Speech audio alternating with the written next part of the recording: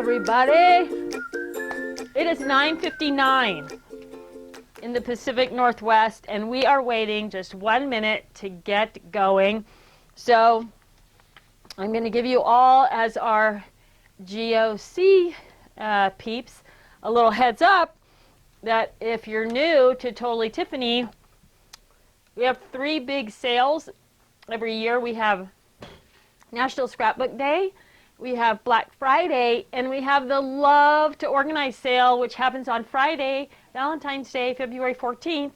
So if you are thinking that there's a few goodies from Totally-Tiffany that you need, keep your eyes out on your email. Friday, February 14th, we have a 14-hour sale with all kinds of goodies on sale. So keep your eyes open for that, and be ready on Friday. It is for 14 hours only, though, so you got to order within that window. And if ever you're ordering from us during a sale that's time limited, we have a little saying here at Totally-Tiffany: when in doubt, just check out, right? You want to get within that time frame so that you get the discounts or whatever specials we're doing. And if there's some kind of problem with your order, just check out and include a note with your order if you think maybe the pricing is wrong or something doesn't look right. And then in this case on Monday, if there's any notes or questions, we'll resolve those before we actually finish processing your order and charge your card and all that kind of stuff. So if you're shopping for something on Friday and something seems not quite right, when in doubt, check out. All right, let's get going. Woo! Okay. Get Organized Challenge number 3. I need to not yell because remember last week I did that thing with my throat, and I'm having the same issue this week. So I'm going to try to be very calm. Okay, welcome to those of you who are, look, I'm already yelling again. Welcome to those of you who are new to the Get Organized Challenge. There is a feed going on where you can ask questions. If you have a question, type the word question in all caps. Karen is paying attention to the feed downstairs, and she will try to answer your questions as best she can. And if she can't answer them, she'll bring them upstairs at the very end of the presentation, and I'll try to answer them for you.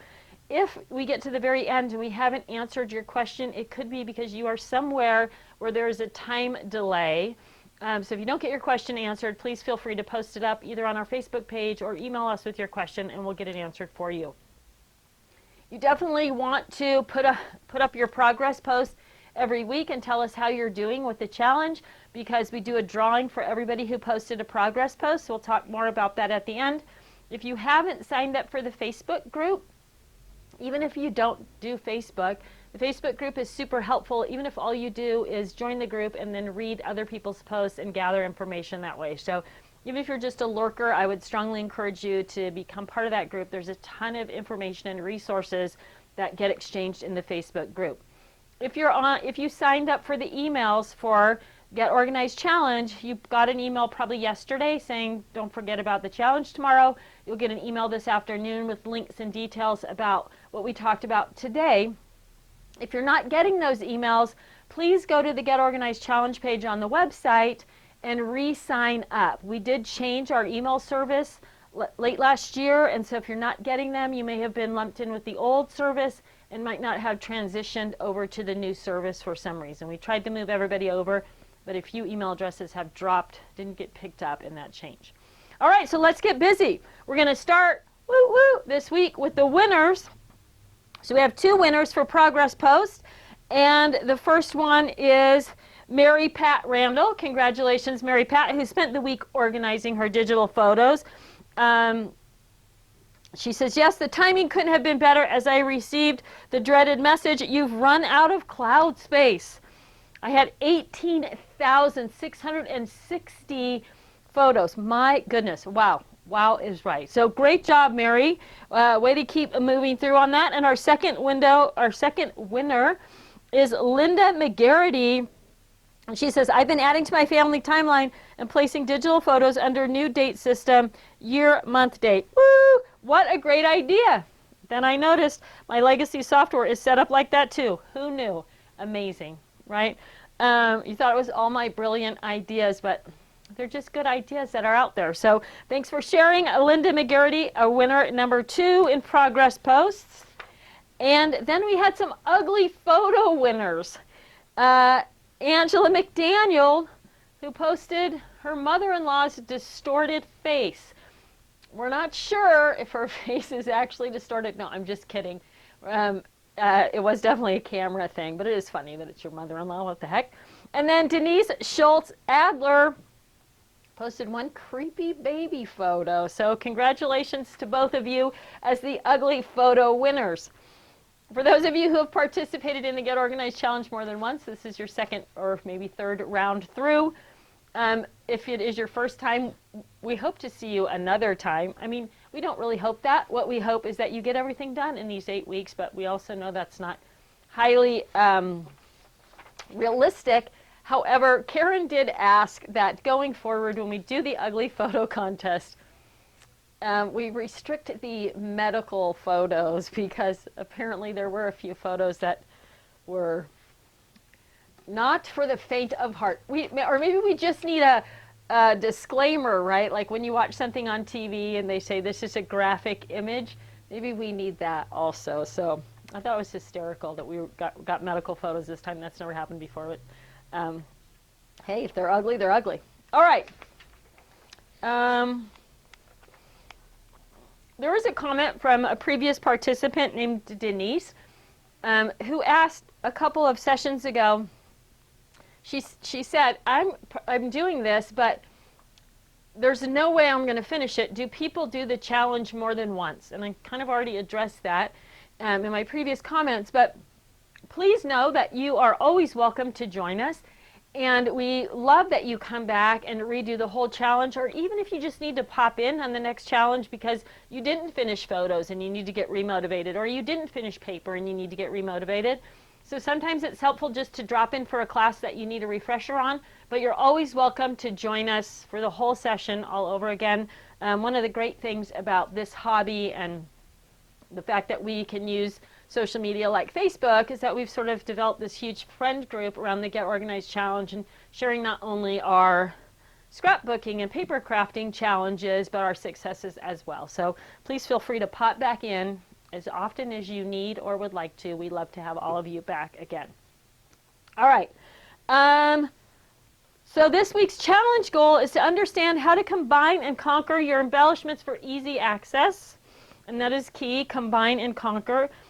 And why combining your embellishments is the best way to get the most out of them. And then to go through that process of sorting everything from stickers and die cuts and buttons and brads and all of that kind of stuff to get it all organized.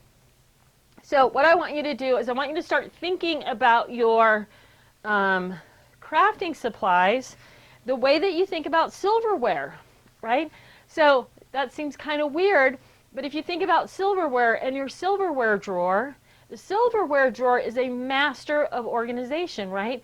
Everything that you need to accomplish the task of setting the table is right there in one place. You can get all of it out at the same time, put it on the table, put it in the dishwasher, and put it all back, right? You have combined all of those things together. Think about organizing your silverware the way that you organize your craft supplies. I'm going to take all my forks and I'm going to put them in these ball canning jars on the shelf, and I'm going to take all my spoons and I'm going to arrange them in these cute little baskets, and I'm going to take my knives and I'm going to put them in 6 separate little drawers over here, and pretty soon you'd have your silverware spread out all over the kitchen, and setting the table would be a pain in the neck, and putting all the clean silverware away out of the dishwasher would be a pain in the neck, and it would just end up in a pile on your countertop because the system you had was so difficult to use that you wouldn't do it, right? So if you think about your scrapbooking supplies or paper crafting supplies, that's kind of what we've done. And at the end of a project, you probably have a pile at the end of your table because it's a pain in the neck to put all those things away in all these individual containers and drawers and boxes and bins and stuff around your room, if you can even remember where they're supposed to go. So we really want to combine all of those things together in that same simple 4-section system that we've been talking about for paper. We want to do the exact same thing with our embellishments so that you can find them and you can use them, and when you're done using them, you can put them away quickly and easily as well.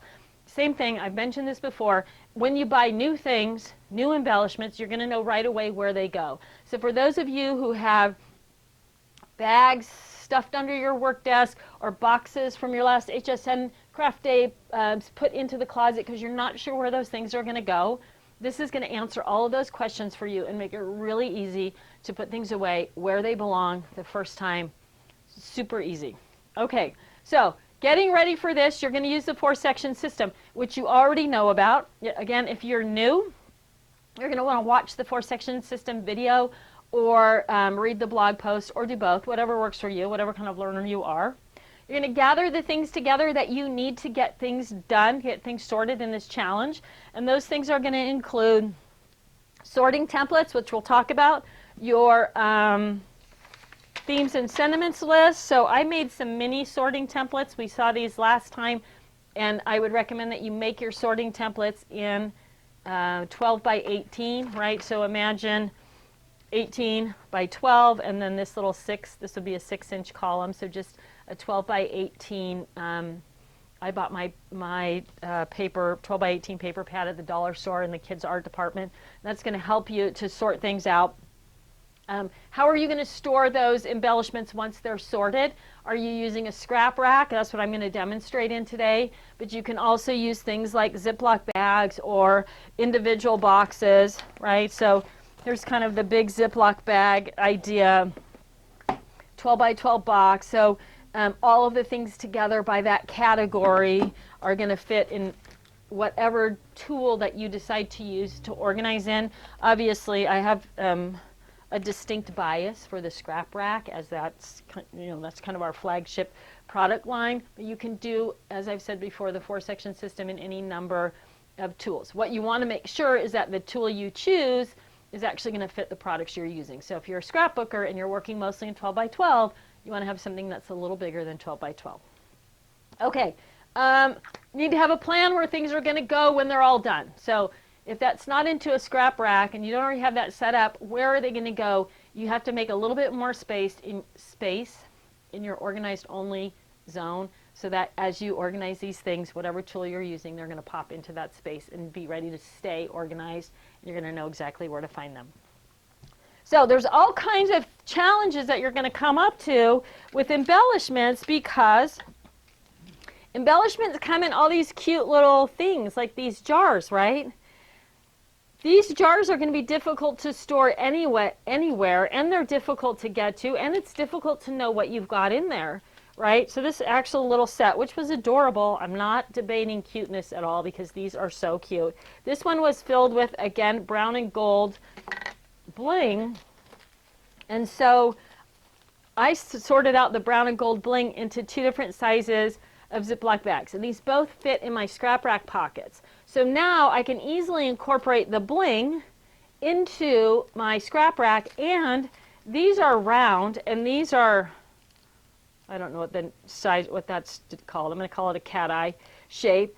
And so if they were all mixed together in this jar, I wouldn't know how many of which I had or what really size they were. So I took just a couple of seconds and sorted them out, and now if I'm going to build a flower with this this beautiful brown bling and put a circle in the middle of it, I know how many I've got. They're easy to get to, again, easy to use and easy to put away. So if you can sort things out that come packaged like this into easier to see, easier to know what you have packing, that's also smaller. So now this would I'd have a hard time fitting this in my scrap rack, but these are going to slide easily into the pockets of my scrap rack.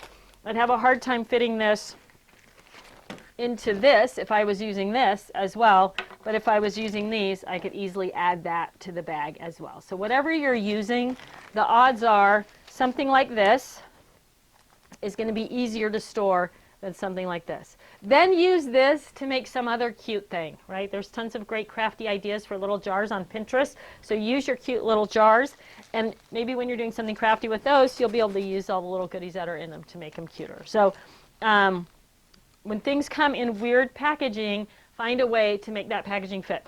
One of the other things also came in weird packaging. These are, so this is, I guess, called clamshell, right? This vacuum molded box had these little dimensional alphabets in it. Well, that's tough to store, but again, putting them in a Ziploc bag, this is easy to store. So Ziploc bags are a great solution. We do sell a variety of Ziploc bag sizes on our website. If you're looking for them, they're a pretty common item, but they are available on our website if you need them. It's a great place to get them. When we're talking about things like ribbon and fiber, if you are not a ribbon junkie, you want to incorporate that ribbon into whatever tool you're storing.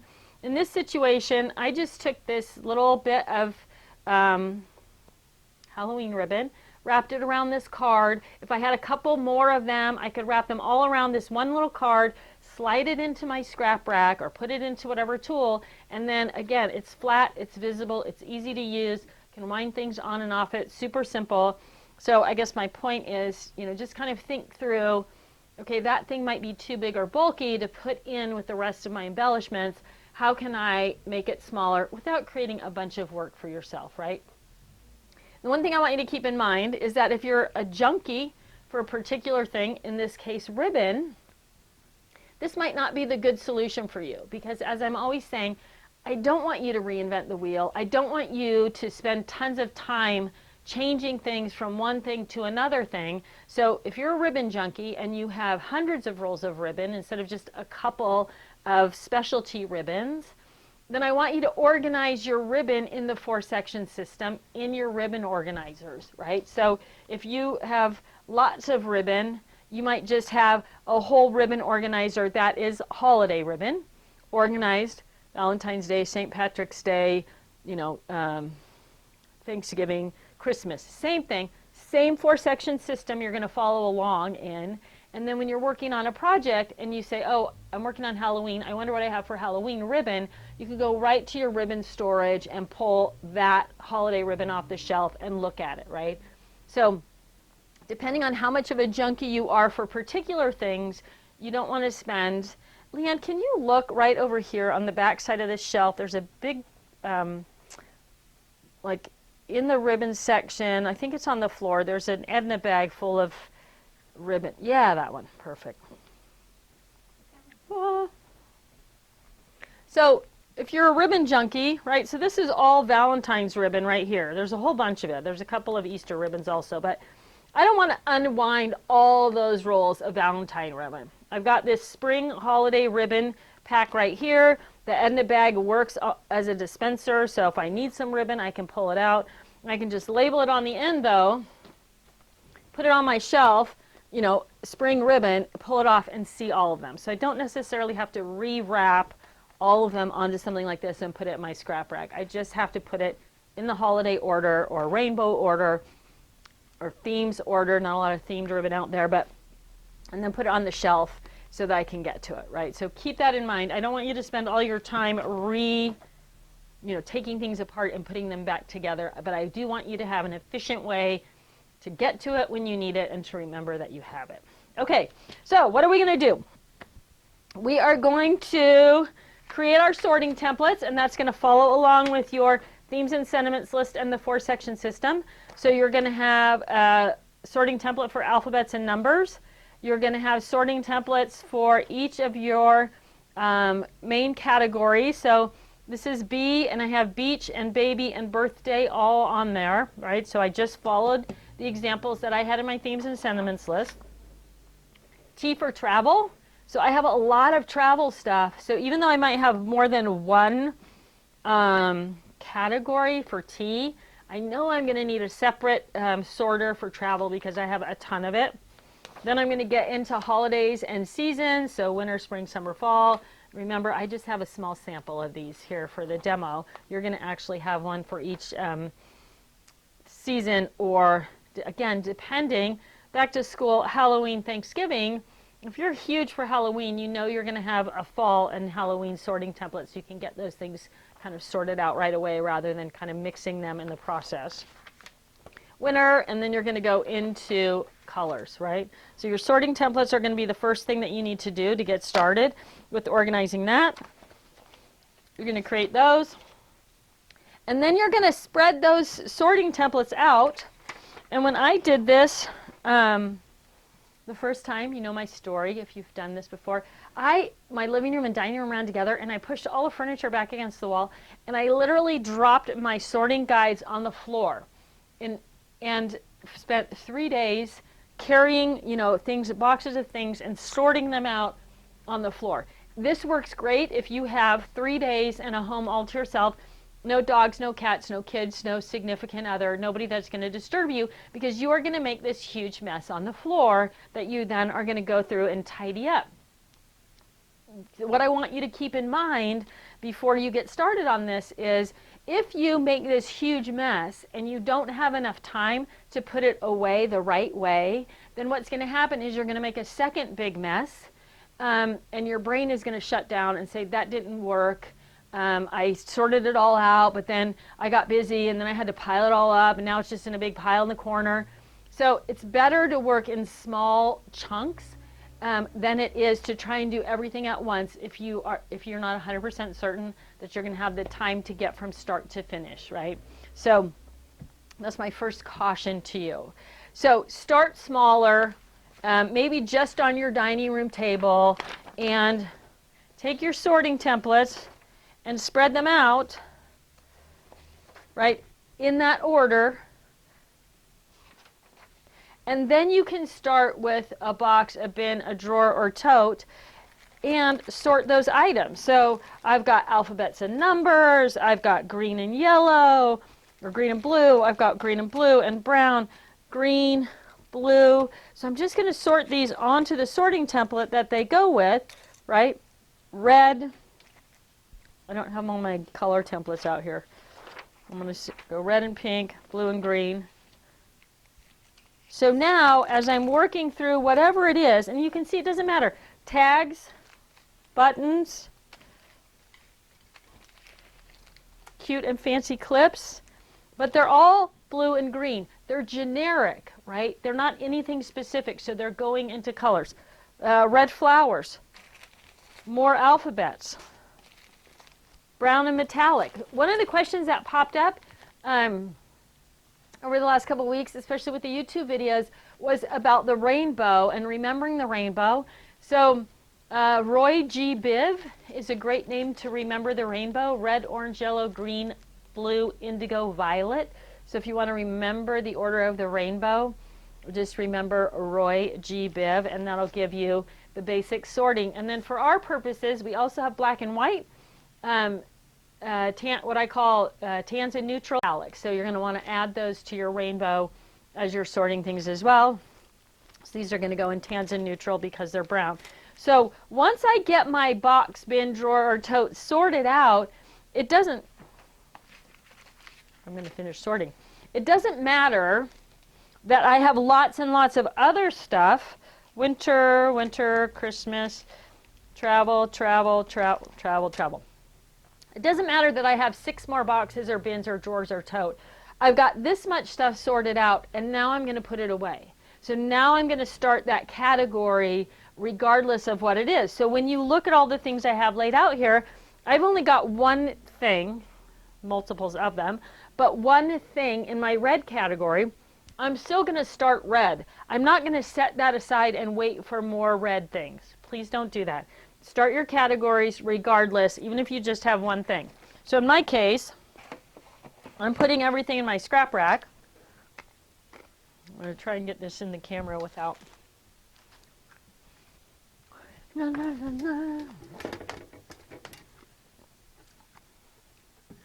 So now I'm going to go to my scrap rack, and I'm going to flip to each section, reds and pinks,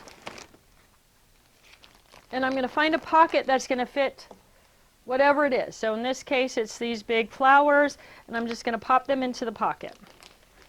One of the questions I get a lot about the scrap rack is, should I put extra pages in each section so as I'm sorting and organizing and adding new things in, I've got those pages in place? And I would really say no.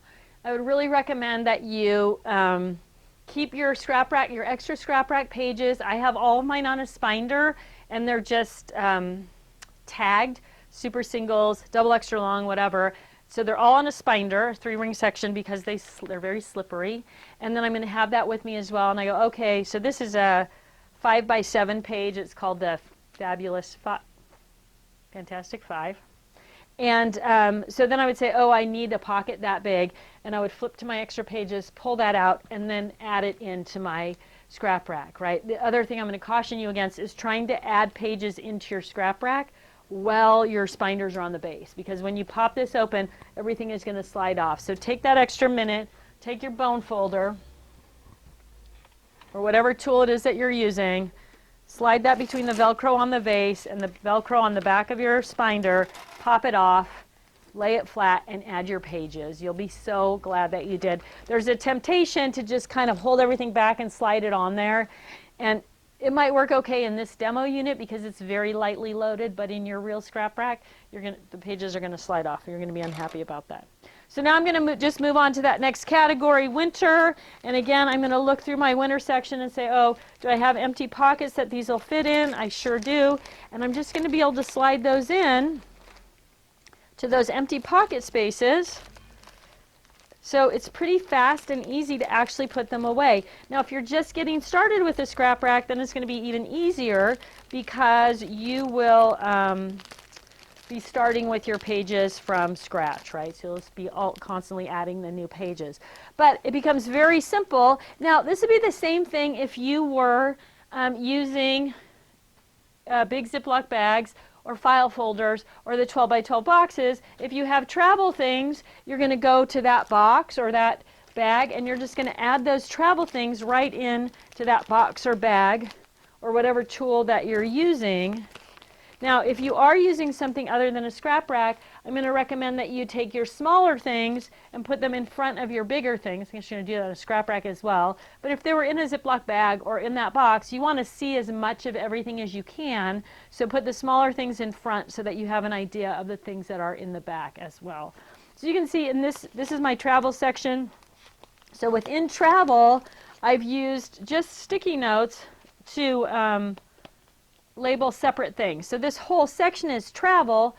The front is pretty generic travel, and then the back, this is Las Vegas. So I have all the Las Vegas stuff and Hawaii stuff all just in one, and then I've labeled it on the side. So super easy to kind of, if I'm looking for something specific, Las Vegas, I can go right to that section and pull that out, right? But I'm going to work through simply just one section at a time, taking those products that I've sorted and adding them into my scrap rack or into whatever storage tool that I'm using. Now, I really want to encourage you to just do one small bunch of things at a time. Clear that off, put it all away, then grab your next box, bin, drawer, tote, whatever it is that you're working with, sort that thing entirely and put it away. There's this temptation to just keep going and going and going and sorting, but a couple of things that like I cautioned about in the beginning. One is you'll get so much stuff sorted that you'll run out of time to put it away, and then you'll have to kind of pile it up and move it out of the way for whatever else is happening in your life. And you don't want that to happen because it's really bad for your brain. What's really good for your brain, keeps you motivated, keeps you moving forward, is sorting one container and then putting it away, because that's something you're like, oh, I did my container. Look, start to finish, complete. Your brain loves that. It absolutely loves finishing a task, and it's more motivating and more inspiring, and you're more likely to be able to keep going and stay motivated and stay inspired. So go through and sort all of your things that way. Now, for those of you who are big sticker junkies and have tons and tons of stickers, I did a video probably last year about sorting stickers. So if you have tons and tons of stickers, stacks of them, and you want to be able to sort them into that 4-section system, the video that's up kind of goes through this process of creating some dividers, and this is very similar to what we did when we sorted paper, right? We went vertical and we created the dividers and we sorted right in there, and you can do the same thing if you have stacks of stickers, especially bigger ones, and you want to get those sorted into a small space without dropping them all on the individual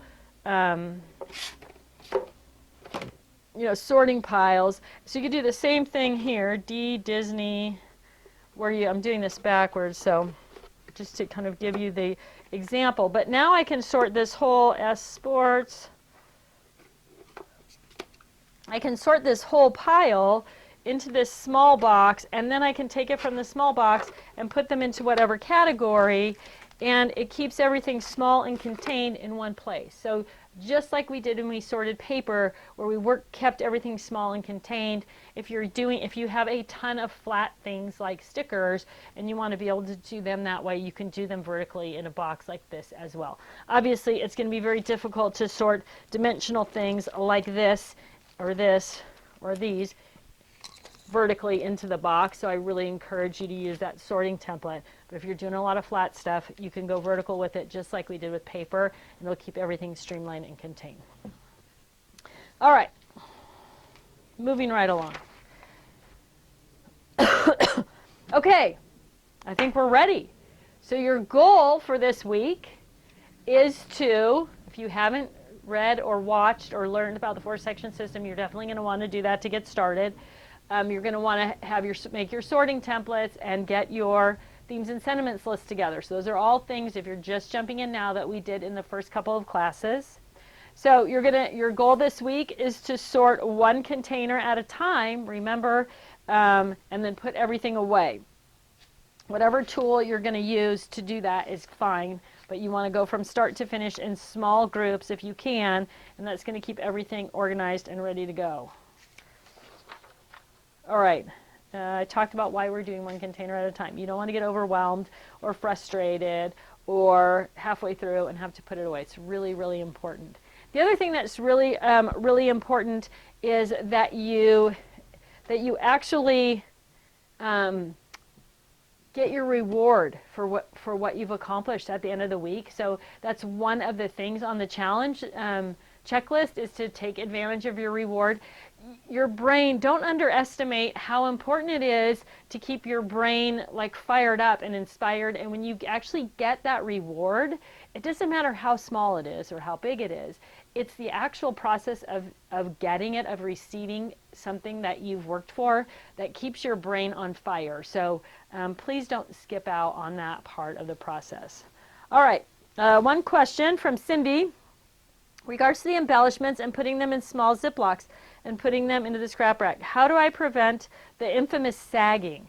So if you're using a scrap rack and you find that your pages are sagging toward the front, there's a couple of things that you can do.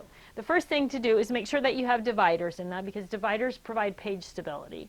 And the next thing you can do is look at how your pages are loaded, right? So if you have your heavy stuff on the outside or the top of the pages, then you're going to get a lot more page sag. So load your heavier, bulkier things inside, closest to the spinder, and then you'll have less page sag. If you really load up your scrap rack and all the pockets are loaded like mine, you're going to get some page sag, right? So you're going to flip to that section, and the front page of that section is going to sag down. And it's just the nature of the beast. But you can avoid a lot of it by loading your heavy stuff closest to the spinder. And then also the way you flip your pages. So I flip my pages in big chunks as opposed to flipping smaller ones, and that moves all the pages at the same time and keeps everything kind of level. So if you're watching me flip through the pages, the only page sag that really happens for me is that either super heavy things or the actual pages that I'm open to. Okay, so this week's challenge. Sort and store one container a day for 4 of the next 7 days. So your goal this week is 4 containers. Set a purge goal before you get started. How much stuff are you going to get rid of? Is it by the pound? Is it by the ounce? Is it by the inch? Is it by a bag? Are you going to take one Ziploc bag and say, I'm going to fill this with stuff I'm not using? Remember, you want to keep the stuff that you love and you will use, and you want to get rid of the stuff that's just taking up space. It's ugly, it's a style you won't work with, it's damaged, whatever it is. If you're not going to use it, it is sucking up your time and your energy and your motivation and your space by keeping it, right? So it's less to look through that you're not actually going to use. Get rid of it. If you need help purging, watch the new purge video or read the purge post, and that'll hopefully help you and inspire you to get rid of some stuff. If you're still sorting paper, you need to sort 4 to 6 inches of paper. If you're still sorting photos, you got to do 1 more year of photos, 2 if you can get a helper. Definitely post your progress on Facebook, or I almost made it, Post your progress on Facebook or email your progress post into customer service at totally-tiffany.com with progress post in the subject line, and that'll get you into the contest. This week we are having the ugly embellishment contest. So as you're going through and finding things, for those of us who've been scrapbooking for years or card making for years, we have some embellishments that are pretty hideous that have been following us around for a decade or more. We want to see those embellishments. We want you to win a prize if you've got the ugliest one. And last but not least, definitely enjoy your reward, right? All right, everybody. Thank you so much for tuning in today. Remember your goals, combine and conquer. A lot of people struggle with putting things together that are different types of things. So the sort of conventional wisdom is, let's keep our eyelets together and our brads together and our beads together and, you know, stickers over here and die cuts over here. And I want you to really kind of think that into your brain, how difficult that is, because every time you sit down to craft, you have to ask yourself, you know, do I have red brads? Where are they? And then go looking for them. Instead of saying, well, this card or this page or this project needs a little pop of red, I'm going to go to my red section and I'm going to see all the things that I've got. And if I'm specifically looking for a red brad and there's not one in there, then I know I get to head to the craft store and buy new brads, right? So putting all of those things together, as much as it's going to give some of you a stomach ache, is going to make things so much easier when you're actually crafting. You're going to enjoy your experience of crafting more. You're going to use more of the products that you have, and you're going to use more of the knowledge, right? I know how to use flowers. I know how to use buttons. I know how to use tiles or brads. You're going to see those things. You're going to remember them, and you're going to use them. So your mantra this week, combine and conquer. Don't fear the rainbow. Get everything together by color that doesn't fit into a theme or category. Thanks so much for joining me this morning. I will talk to you next week. What? Karen's here. You haven't, the last couple of times, haven't talked about having backstock of like extra things. And are you going to be going over product?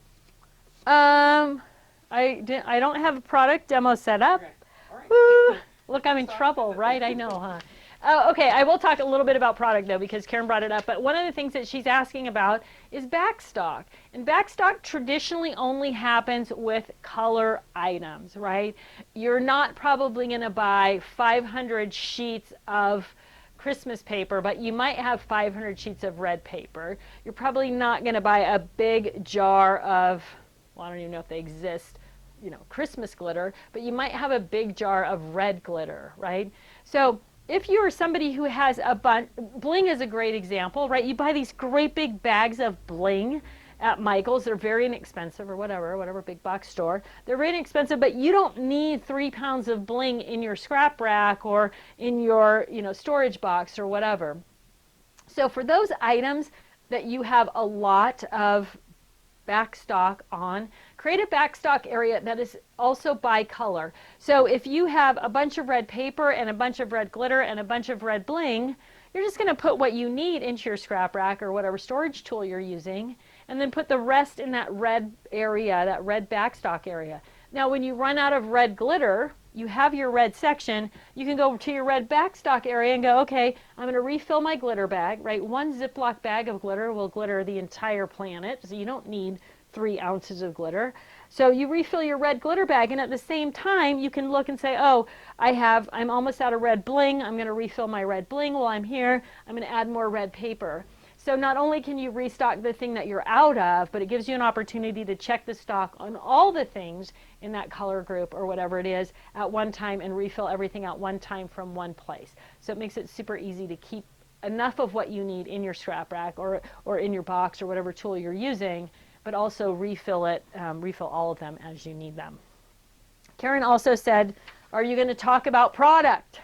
So I will talk briefly about product. In the handout, there is some information about different products that we offer. And when we talk about embellishments, there are a couple of things. Obviously, you know, the scrap rack for me is the be-all, end-all. It's super simple to find everything, to put everything away.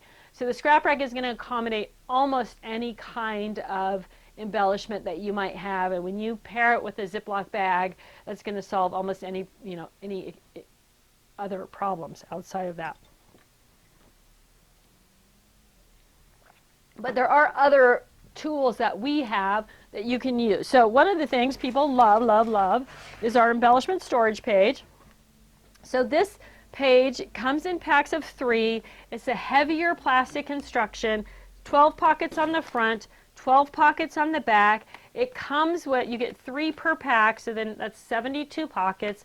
You get the 72 little Ziploc bags, and so it's a great way to store your big and bulky things. Again, this one is done by color, but it has this little locking tab on it, and then there's actually a pocket in the middle as well. So I've got red scraps in this pocket, and on the opposite side I've got pink scraps, just sort of reinforcing the red and pink theme there. So the embellishment storage page is a great way to store big and bulky things in your scrap rack if you don't want to put them into your regular pages, right? When you are loading big and bulky things into your regular scrap rack pages, things like this, you want to go with a deeper pocket, right? So this is going to fit in the 9 pocket simply squared page perfectly. This is going to fit in the straight 8 page perfectly. So the thing about bigger and bulkier things, when you drop them into that little bit deeper pocket, they're just going to be able to expand out a little bit more in there, and they're not going to get pushed out the top, right? So choose deeper pockets for bigger, bulkier things, and you'll be happier with the end result. If you are not using a scrap rack, obviously the 12 by 12 fab file is what I've got. All of this, so this is all purple things, and I actually have all of them inside one of the pockets that came. Purple and blue, so I've got another pocket in there with blue things in it, and then you can see, right, that everything that's purple is in that pocket, including scraps of paper as well as some 12 by 12 paper. So the 12 by 12 fab file is what I've used here for this. The other thing that works really well for organizing, obviously, buddy bags are a great organizer for all types of things. The Edna buddy bag is ideal for ribbon, and again also acts as a dispenser. Edna or Merle. So this is actually Merle. Merle has the flaps on the end. Edna does not have the flaps on the end. So if you're just working with ribbon, you don't need these end flaps because everything is going to stay in there. So you can work with Edna. If you're putting smaller things into a buddy bag like this, Merle is going to give you those end flaps, which is going to seal off the end. So when you put it in your tote or store it vertically or whatever, things aren't going to come out the ends. But for ribbon, Edna is a perfect solution. Also, the Katja buddy bag is a perfect solution for Ziploc bags, or using our button bags or something like that, because you can store things vertically because there's those 4 separate containers inside the Katja bag. So again, going by color for smaller embellishments, great for sewing things as well. Katja and Dawn are 2 great solutions for buddy bags for small embellishments. I think there's probably a few other things on the handout.